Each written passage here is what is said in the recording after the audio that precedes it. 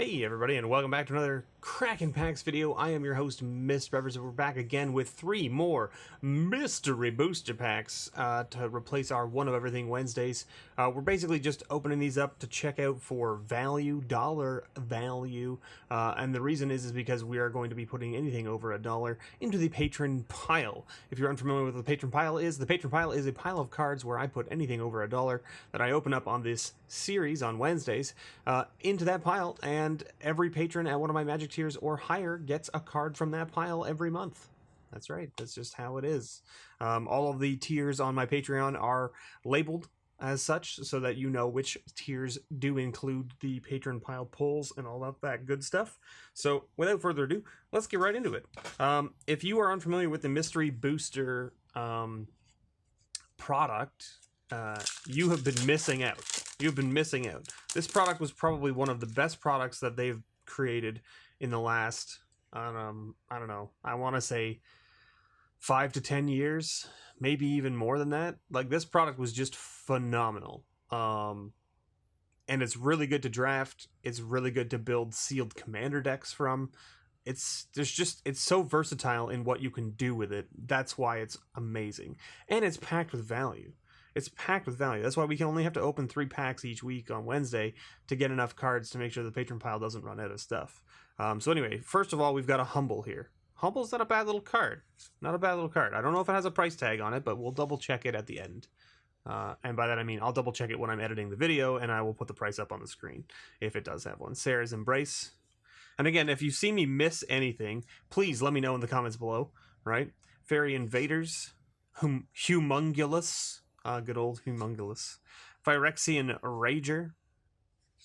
Nantuko Husk. Fall of the Hammer. Goblin Warpaint. Hardy Veteran.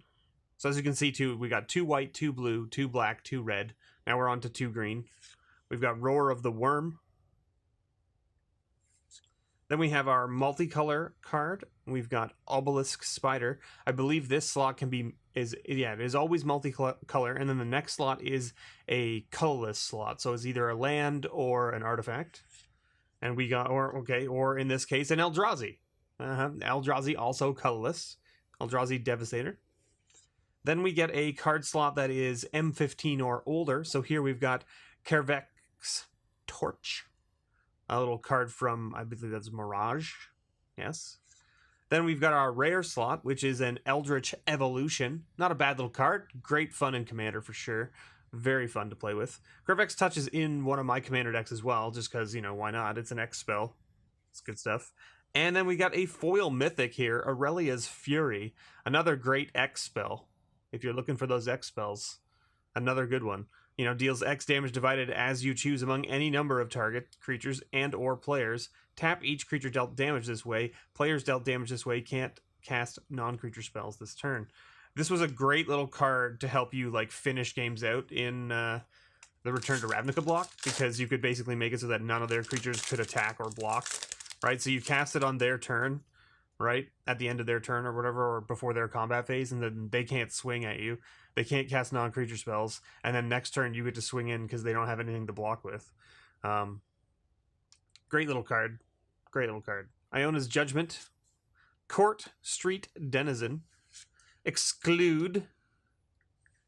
Pondering Mage. 2 cards from Modern Horizons there. Back to back in the blue slot. Scuttling Death.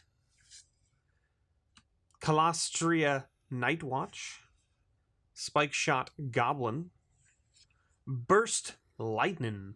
Good old Burst Lightning. This card was great. I mean, it's still great. Groundswell. Groundswell's a fun card too. This was in the Zendikar block? Or was this Return to Zendikar? I think this was Zendikar, wasn't it? I think it was original Zendikar. Tarjuru Pathwarden from Oath. We've got a Mardu Rough Rider from Cons. Ooh, there you go. There's a good one. Ashnod's Altar. That's a good hit. That'll go in the patron pile for sure. I'm assuming the Eldritch Evolution and the Aurelia's Fury might make it into the pile as well. I don't know about the Torch And the other cards, I'll have to double check the prices at the end. I mean, they will have come up on the screen if they were, and don't worry, if they did come up with a price, I will have pulled them out. Ashnod's Altar. Ooh.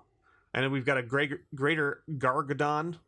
Good old Greater Gargadon. Who doesn't like to suspend 10 and wait forever? But then you can just like discard, right? It's like, what is this? Oh no, sacrifice an artifact, creature, and land or land, and remove a counter, so you can get it out sooner. Oh, then we got a two-headed giant. Look at that. There's a two-headed giant. I have a nice signed copy of this from Jake and Joel. If you're unfamiliar with Jake and Joel, they are solid dudes. Make sure you go check them out. And then we've got a foil Morrow. There you go. Little elemental. Interesting here because this is 8th edition, so it's black border because it's foil. Because 8th edition was all white border, so that's interesting. Don't know if that means that this is got a price tag to it. I'll double check it, of course, but you know, generally speaking, the foils from like the white border core sets, because they were black border, are worth more money. So who knows? It's possible. We've got an angelic gift, and then a voice of provinces. Then we've got strategic planning, monastery lore master, Phyrexian reclamation. I don't know if that's got a price tag on it. I'll have to double check it. Nirkana assassin, active treason, good old active treason, built to smash, imperious perfect, about $1. It's like, I think it's just under $1 with this reprint. It's close. We've got Ren's Run Vanquishers, or Vanquisher, I should say. My goodness, I have no idea if that has a price tag to it. I'll have to double check it. Ooh, Gore Clan Rampager. This was one of my favorite cards in Limited in the Return to Ravnica block. I think this was from Gatecrash, right? The original printing of it. And this card was just bonkers good because for a red and a green, you could give a creature +4/+4 and trample when it attacks. Like, just very good combat trick. Oh, yeah, perfect. A Khan's Land. Now, if we were building like a sealed commander deck out of this box, these are great to find in this slot. So yeah, okay, not great in the aspect of if you open up a random pack and you get this in your colorless slot. It's not great. It's not great for value. But if you were building a sealed commander deck, these are the kind of things you want to see in that slot because you want to have things that fix your mana and things like that so that you can, you know, have something other than just basics in your deck. Ooh, all right, we've got a mythic here. We got Sorin Markov. Sorin's a great little card. I really enjoy this Sorin, actually. And yes, it costs 6 mana, and yes, it only comes in with 4 loyalty. But the fact that it goes up to 6 loyalty on the turn it comes into play, and its first ability is not bad. It's a +2, and it does 2 damage and gives you 2 life. Like, that's really good, in my opinion. The -3 lets you just make someone's life total become 10, which is pretty ridiculous. And then -7, if you ever get to it, is you control target player's next turn. And the cool thing about this is that if you can protect Sorin, you +2 him twice, he goes to 8, you -7 him, he's still around. His ultimate does not kill him the turn that you can do it, unless he's taken damage. So, you know, unlike most other planeswalkers these days where their ultimate is a number that is essentially an increment of their plus ability, this one is not. So that's our card that was older than M15, right? So now we got our rare slot, which is an Approach of the Second Sun, which is not a bad little card. Everyone saw this card come around in the Amonkhet block. There was a lot of different decks that played with this card and like tried to cycle to it and like did quick things where you play 4 copies of this, and it's because it's only the second time you play a copy of this card that it triggers the game win. So all you have to do is have multiple copies, and then not just that, but have a way to basically just, you know, draw down 7 cards in like a turn or 2 turns, and you get back to it, and then you now get to cast it and you win the game.